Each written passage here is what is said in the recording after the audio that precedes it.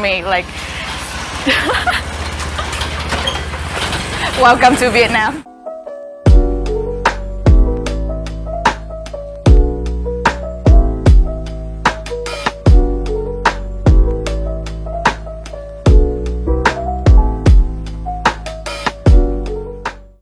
Hey guys, welcome to this new video. In today's video, we're gonna discuss about launching and running a fashion business and a tailored shop here in Vietnam.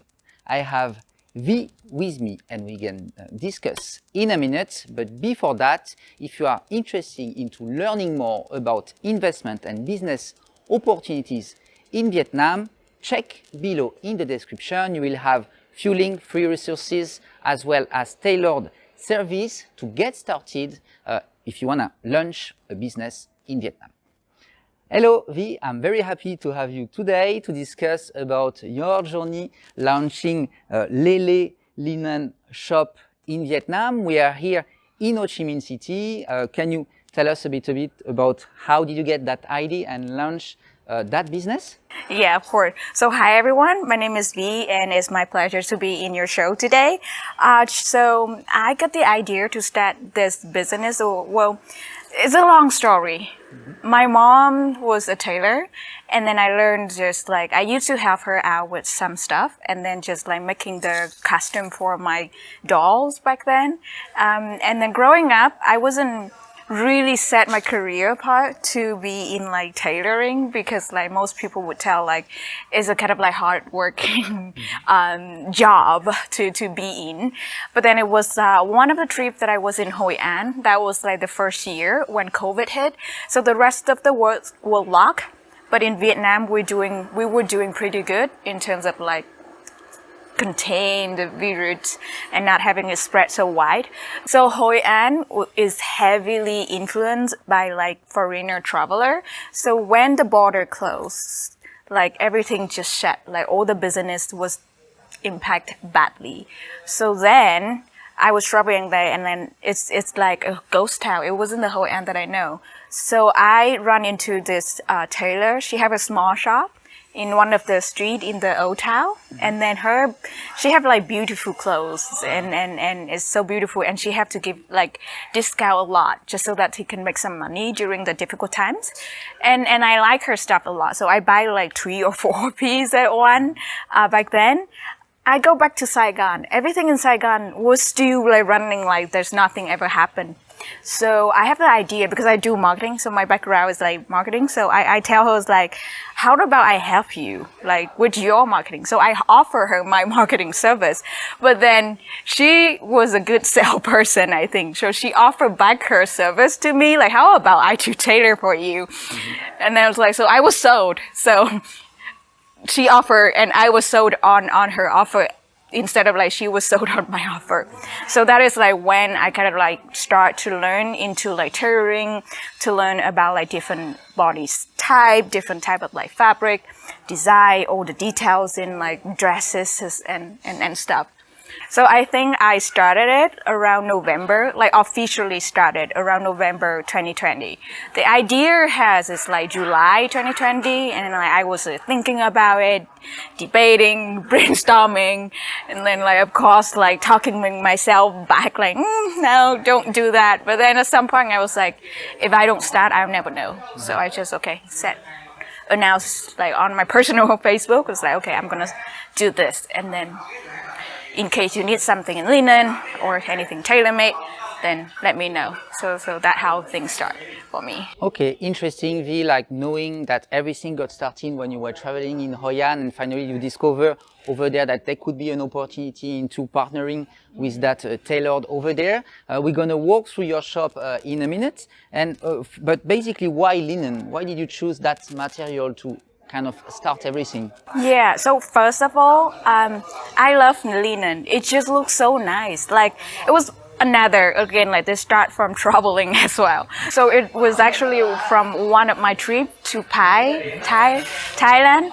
The whole town is called like the hippie town. So there's a lot of like linen dresses and fabric in there. And I saw all of this beautiful woman like walking by in the night market in the linen outfit. Like they look like goddesses to me, like walking around the night market, and I was just so in love. And I think I had my first piece of like linen fabric dresses like from that trip, and then like just keep wearing it. And then I traveled to Hoi An, and then I saw, oh, this is a whole shop of like linen fabric. I love it. And then she can even tailor made it for me. So again, back to the topic, why linen? So I love the fabric, but then linen is also like one of the most like eco-friendly, like environment friendly fabric as well. Like it's from natural, it's from a plant, and then it doesn't like any artificial or recently made with a lot of like nylon or synthetic in it as well. So that is like the second reason why I love linen as well. And a lot of like other reason as well, like the tailor who I work with, like she already have a connection with like a lot of like supplier where I can easily sourcing for different type of linen, not only like plain color, stripe pattern, flower and stuff. So like to start a business, that is a good step to do. I mean, like I don't need to like go around the city and then figuring out like where do I gonna source certain type of fabric when I already have like the connection and the foundation for that already. So yeah, and again, like, yeah. Okay, and so we're gonna go now inside the shop. So you're gonna see exactly how everything is inside, the different samples V is having for us. And then I have also the question, because you talk about sourcing fabrics in Vietnam. Where this fabric come from? Is it like made in Vietnam, or are you using other suppliers around in Asia? Let's discover everything inside.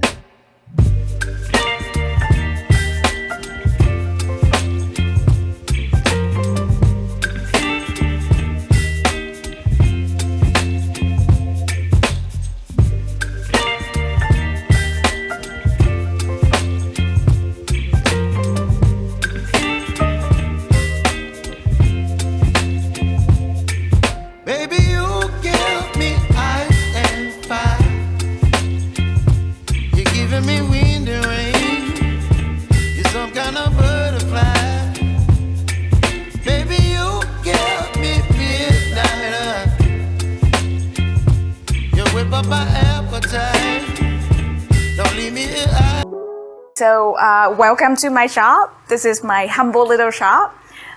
So I have a few samples here for people to come by and see. You will actually feel the fabric and how it look on the actual design, and see a lot of like other details for their reference, so that they can make other things that they want. So coming back to the question, V, what about the quality, and where do you source those fabrics here in Vietnam? Can you find it here, or is it everything imported from China, Bangladesh, and other countries in the region? Yeah, so to say like, so linen is made from like flax, and then in Vietnam we can grow that, but we are not famous for high quality flax. So most of the time, like the linen here are import material, like the raw material are import from other country into the Vietnamese manufacturers, and they will manufacture it based on a certain requirement of the contractor who hired them to do the manufacturers. In terms of sourcing, I get the final linen, like the final outcome of the linen fabric from manufacturers in Vietnam, but I also like have it from other countries like Pakistan, Korea, and China as well. Yeah, so like it's a variety of different sources. But all of them are like export standard. Okay, so in terms of quality, I guess the person you are working with here, the tailor that is helping you to source the product, you also ensure that the quality gonna last in the time, right?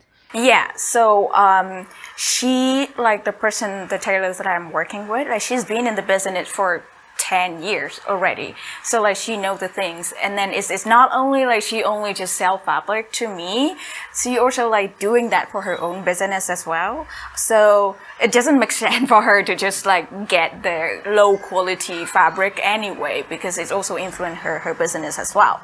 And again, like the fabric we get is like, so if we get it from Vietnam, then it's like from the manufacturer that is fulfill the big order from other country, so again, like it export standard, and if we get it from other country like China, Korea, or Pakistan, it's also like export standard from the country into Vietnam as well. Okay. Yeah. And so the person you are working with that is based in Hoi An, because finally you are here, the person is there, so I guess you have a lot of shipping and logistic to handle. You didn't consider finding someone here based in Ho Chi Minh City to help you to grow and to maintain your business? Yes, I do. I did consider that at some point, but I think in the future I might diversify the tailor that I work with, like have them both from Hoi An and in Saigon as well. But right now, well, the reason why I choose the tailor to be in Hoi An is just like the tailors in Hoi An is considered like the best tailor across the country.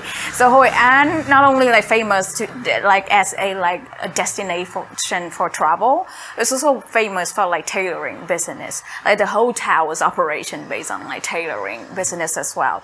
The tailor over there are very skillful, and most of like the difficult design that I ask them to do, like they can like nail it completely, and that is like something very difficult to find in Saigon like this. Not to mention, they will be either like at the higher cost, or they will only take like large order in a way.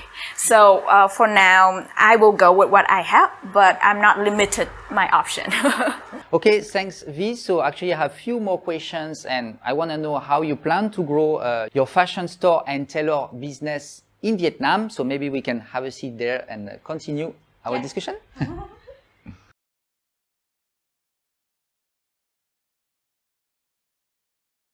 So V, what about your business now, and how did you manage to make it grow, even if in 2020-21 we got hit by this global pandemic? So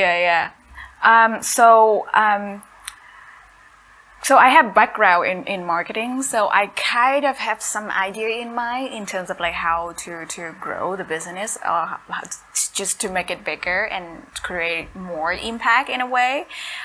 So right now our main customer is the expat community in Vietnam, because it only makes sense for them to like, because the sizing in Vietnam doesn't work for expat a lot. So like the demand they have is higher than local Vietnamese to have like to have to go to do tailor-made.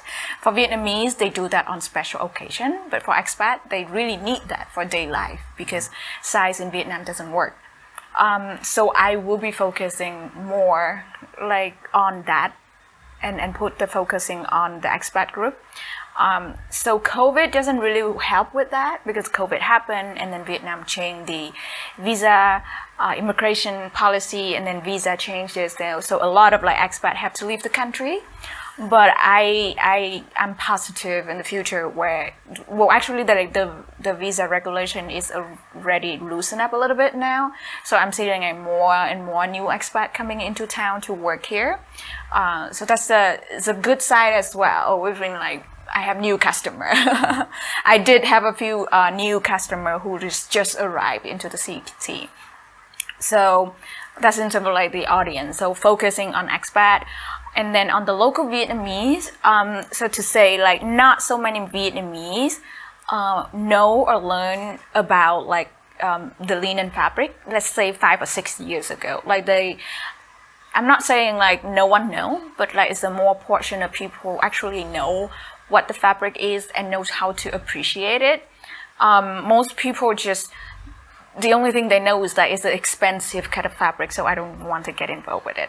But I would say like the economy is getting better here in Saigon specifically, and in general in Vietnam, and then people start to learn more about fabric, more like, and learn and know how to appreciate the fabric. So I can see the potential to have it like and acquire more local Vietnamese customer. But I would say for that group of customer, I will aiming into like having it like pre-made design with like a certain size and color, so that they can just easily order and have it shipped instead of like having to come here and do the tailoring. Of course, still offering that service, but for Vietnamese, it works fine with the pre-made clothing as well. And then I am also looking into export, but that is like a complicating matter, you know, like it's involved more into like a lot of like legal regulations. Like you need to meet a certain standard as well. So I will need to look more into that. But I can see like a lot of potential because like the usage of linens is increasing for sure. Like I see demands on it. Not only in terms of like clothing, but also like in other application of linen, like table runners. I use it like as a kitchenware, or use it in the bedroom, like bed sheet and like curtain and certain type of stuff as well. And I also like. Luckily, I have a good network business owner in the vacation rentals and like hospitalities across the globe. So I think I would kind of like start looking to and get the connection and then talk with them in terms of like how a thing work. And if they want to renew their bed sheet, and maybe like make a few small order and see how things go. But again, that is like something like more complicated. So I do plan to do that, but it's I plan to do it slow and steady instead of like rush the process. Okay. And then regarding to the pain points and then the struggle you had over the last 2 years, starting everything, what was the main pitfalls or things that you struggle a lot with? Yeah, so I would say like the key main struggle is COVID, and I think that is not only me, but like it is just the whole world just have to experience the inconvenience that COVID causing us. So COVID happened, so like border closed, so traveler is not here anymore. Like normally, if there's still traveler, I would say like there will be more customer coming in for the tailor service, because like tailoring cost here is like way cheaper than it is to doing it in other like European or American countries for sure. But then yeah, COVID happened, also influenced like the logistic as well and the suppliers as well. Then also like the order from the manufacturers as well. So the manufacturer that we work with only do order if they have order from other big company, big country. So COVID happened, and then their customer also pausing and holding on the order. So the manufacturer also have to hold it. And then other countries that I'm getting the fabric from, like China's or Korea or Pakistan, is also like the same issue with bordering and import and export just take extra time. And also like customer, like COVID and lockdown, so nobody really have the need to like dress up walking around in their house. So like the demand during like lockdown time is like almost zero. So that's just like really difficult. But I mean, luckily, like I spent the time kind of like focus on like the marketing business, and at the same time creating content, like visual. Like I still keep posting like some of the dresses online on my personal page and share it on my business page as well. So that like the network that I have like well aware of what I do, and that actually worked well. Like after that, just like when the lockdown over and I start to have the shop, because everyone just start coming. Because like over the last 6 months of lockdown, they just like well aware that this is what I do and this is what she can do. But yeah, so that is like one of the struggle difficulties, let's say challenges that I'm facing. The other thing is that because it's like a tailor business, so like it made to order. So sometimes it need like a lot of back and forth. Because when you give people options, they will kind of like think more into like, okay, I want this, I also want that. Oh, how about adding this, adding that? So like the time to close the deal, like let's say to close an order, is longer than just like pre-made stuff. And then it takes extra time. Like if you pre-made thing, if they buy it, you get the money right away. But then if it's just custom made, you only get the full payment by the time they get and happy with the piece. And also like it depends a lot of like the personal interaction as well. That you need someone to really like understand about fashion, styles, and understanding people as well, because certain people have their own preference and like design. desire as well. And if you don't understand that, it's difficult for you to like consult them with the suitable style or color or the type of fabric as well. Okay. Yeah. And if you guys travel to Vietnam, you will see a lot of tailor shops. I mean, there is a lot everywhere. What would be the differences that your shop provide compared to others? That's a good question. So I would say the two things, the fabric itself and the tailoring service, the combination make a unique selling point already. So most of the shop you see, they either do tailoring or they sell linen clothing. So separately, they don't tailor-make the linen clothing. Not so many, let's just say that. So whenever someone asks anything about linen, then my name will come up, at least in the expat community. So whenever anyone just checking on like linen, then someone in the network will start to recommending me. And then when people start to talk about tailoring something, then people will also recommended me and then add in a line that, but she only focusing on linen. However, if you have the fabric, you can bring over and she will consider to make it or something like that. So that too is already like a great combination already. It's also like I'm lucky to have a good understanding in terms of people. And then styles and stuff, and good English enough to communicate with expat and then to understand their need.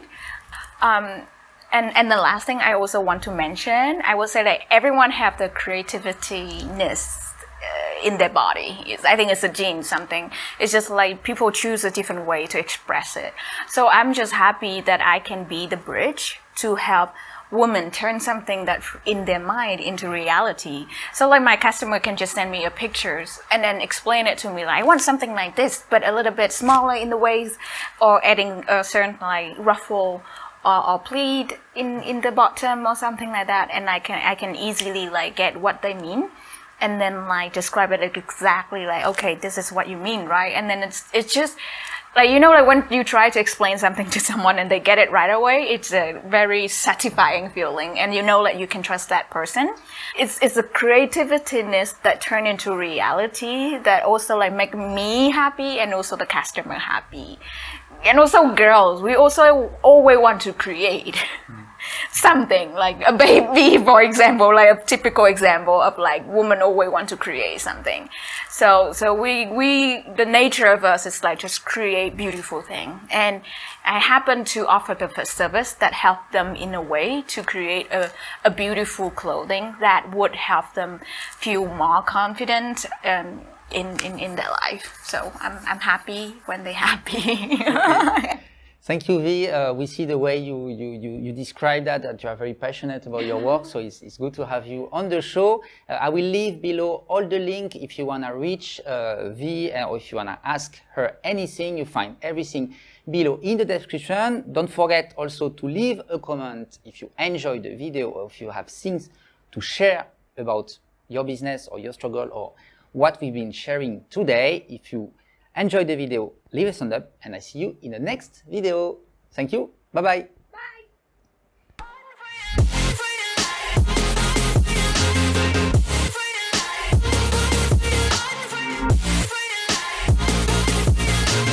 Been down and I'ma get it right. Dead on sight like